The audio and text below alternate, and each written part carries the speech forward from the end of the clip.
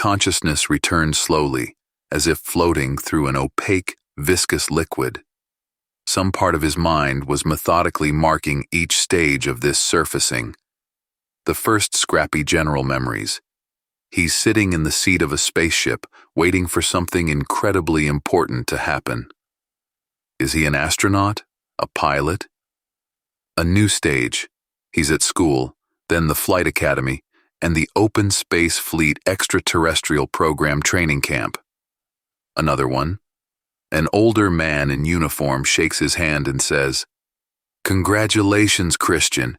You are the primary pilot of contact. Oh, his name is Christian." Stage. There's a countdown in his headphones. He presses a button. Stage. The universe explodes in his head. "Major Frelser, can you hear me?" Stage. A voice from somewhere outside. Christian, how nice to have a name, struggled to open his eyelids, and a bright light hit his eyes. He had to shut his eyes again and peer cautiously through his lashes. With each new bit of external information, his memory returned to him, his awareness of his surroundings. A soft, comfortable bed, light-colored walls, and a rack of sophisticated equipment next to the bed. He is in a hospital room. Standing beside him is a man in loose but practical clothes, apparently a doctor. "I'm glad you're awake," the man says. "My name is Dr. Koltsov. I am your attending physician." His smile was pleasant, heartfelt, and friendly. "Although, to tell the truth, there's not much to treat you for.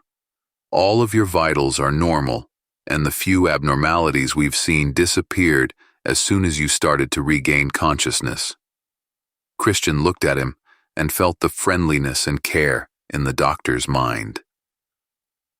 The curve on the screen, which Christian saw out of the corner of his eye, showed an abrupt small peak, and Christian instantly felt a slight note of concern in the general background of the doctor's emotions when Koltsov's gaze flickered to the readings of the device. However, the curve immediately returned to the standard amplitude, and the dark tones in the doctor's aura instantly evaporated. That's an interesting effect, Christian thought. I guess the psyche must still be acting up after... Oh, shit. His lips parted and moved awkwardly, as if they were strangers.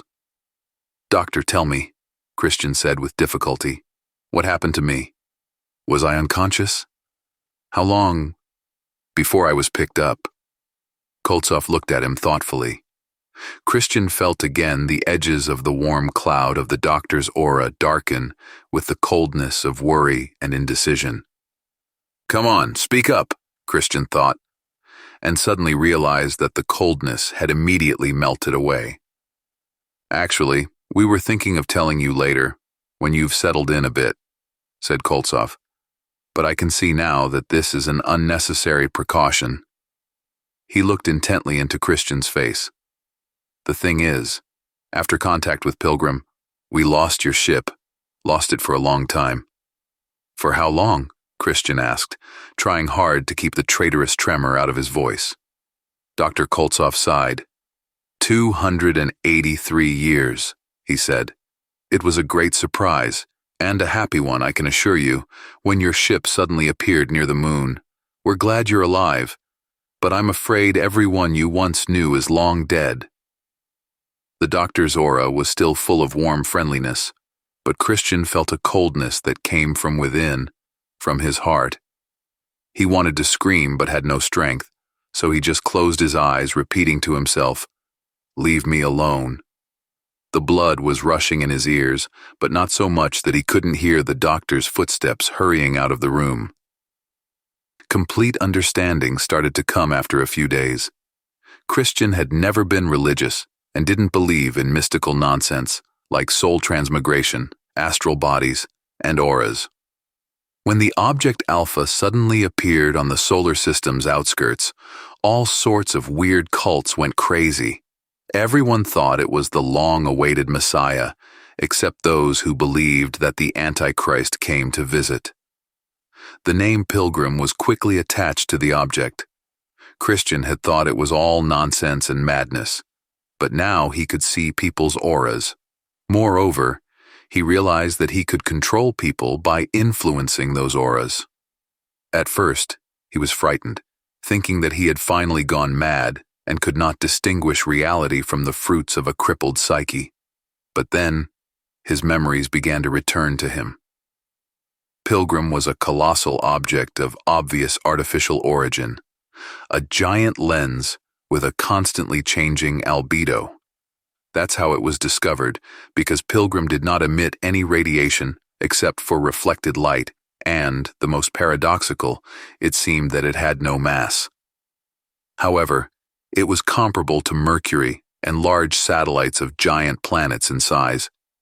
But when scientists thought of documenting all the changes in Pilgrim's albedo, and it turned out that there was a logical structure, it became clear that it was necessary to prepare an expedition. It was unknown where Pilgrim came from. When discovered, it was already in orbit around the Sun, between the orbits of Pluto and Neptune.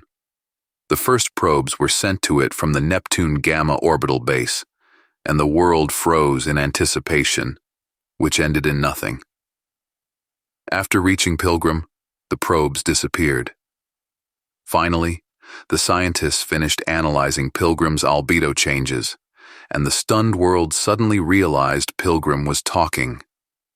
His message was a single phrase, repeated in all Earth's languages, including even those long dead, and known only to a few specialists. Linguists were ecstatic. If they compare all the fragments, they would learn what the speech of the Sumerians, ancient Egyptians, and Etruscans really sounded like. But these were minor details, because what mattered was the phrase itself. "I've been waiting for a human." Preparation, approvals, and selection took a lot of time, but much less than if it was some ordinary expedition to the Oort cloud. Humanity was hypnotized, waiting for a triumph of science. Contact. Finally, after all those years of anticipation and disbelief, as Christian's memory returned, a parallel, much more powerful process was going on in his mind.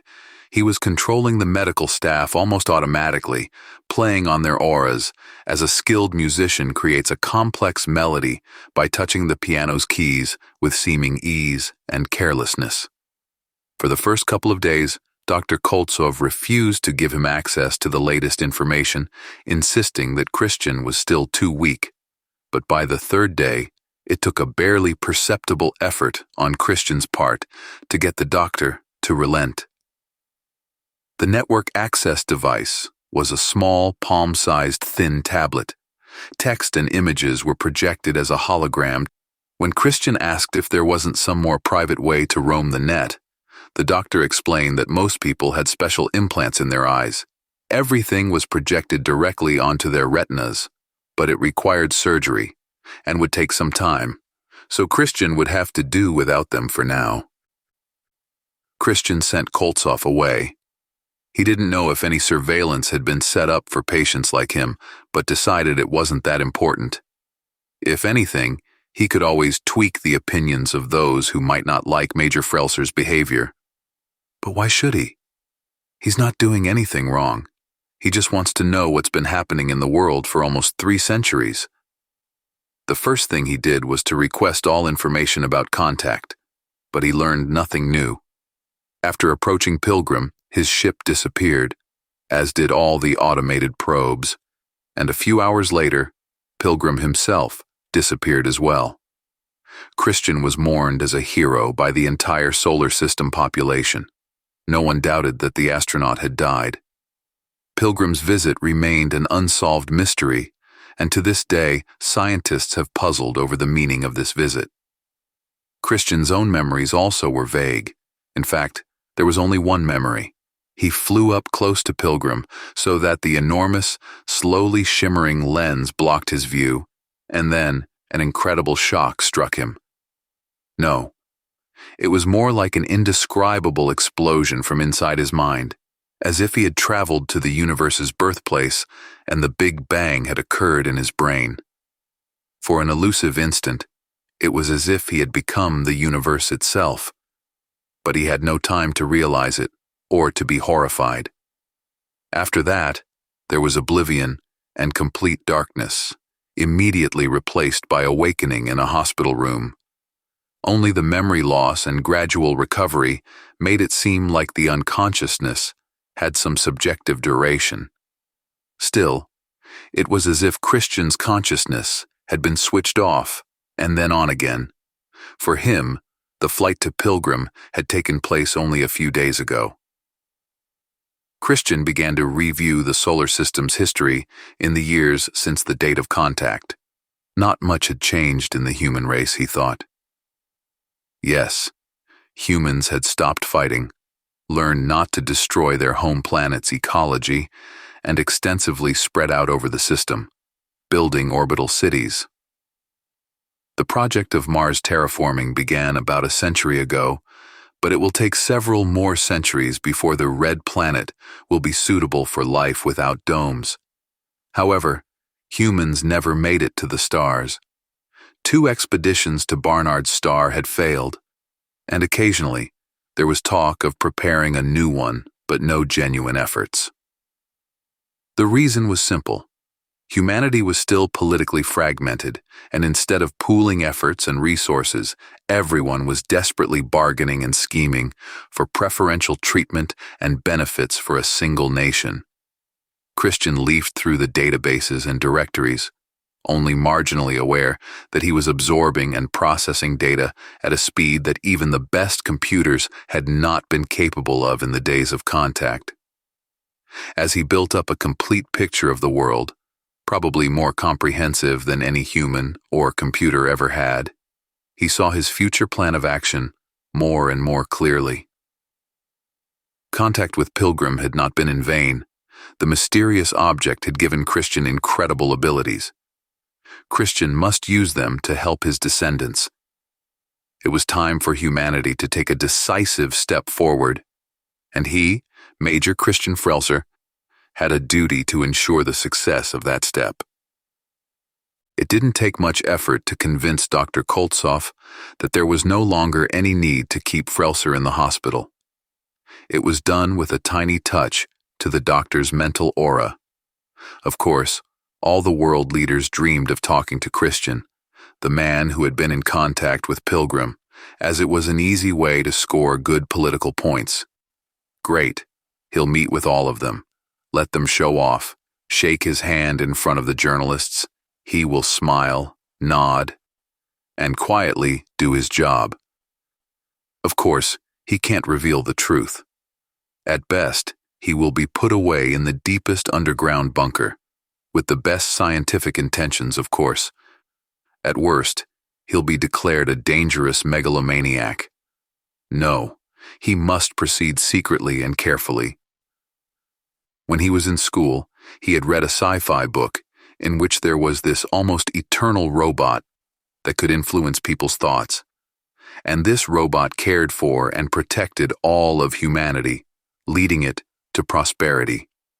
This is it, the role that awaits Christian, though he would not last forever. But he hoped that he could do enough to set the right vector of development for mankind. Having changed into strange but comfortable clothes that the hospital staff had brought him, he went outside and got into an air car. The first stop on his way would be a meeting with the president of the Pan-European Federation, Anita Jimenez Johnson. Christian smiled and rushed towards his great secret mission.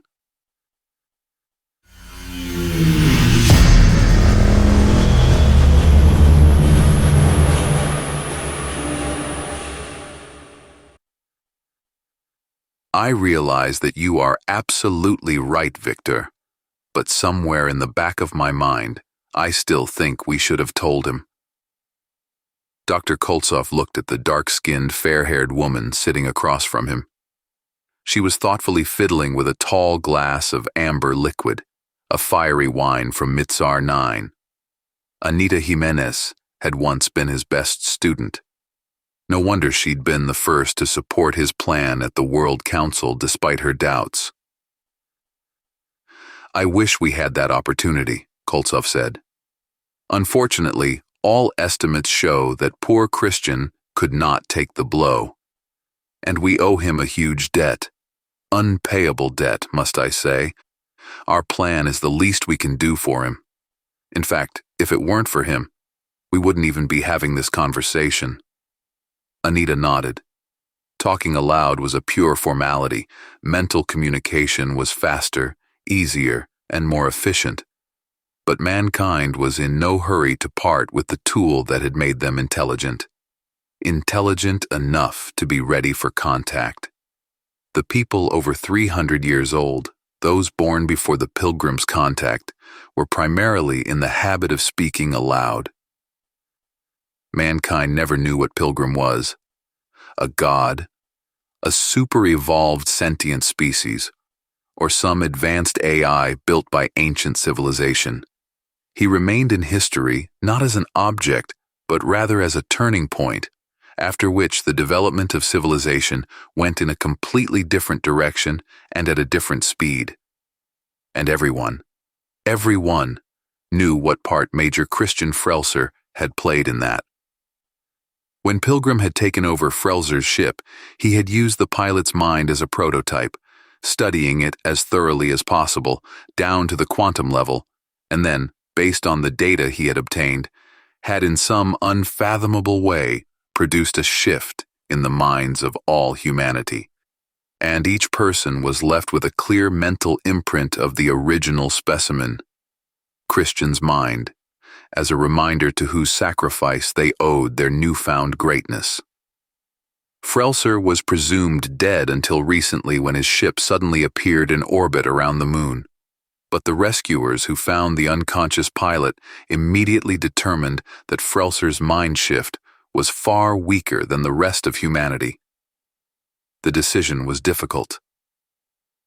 "Do you think he'll join the next ship to Barnard?" Anita asked. "I'm sure he will. Judging by the manipulations he was trying to make, that's his main goal." Koltsov grinned. "Apart from uniting humanity, of course."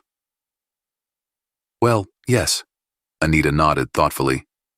"He tried to give me two imperatives: to launch a large hyperdrive development program in the Federation and to start negotiations with the Asian Union and the Western Congregation on a merger. Look, who was it that came up with those stupid names?"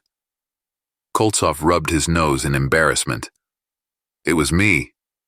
As the chief regulator of Project Savior, I had to develop the basic plot for Christian. To be honest, I pulled them from old sci-fi novels. The main thing is that it all sounded convincing to the Major."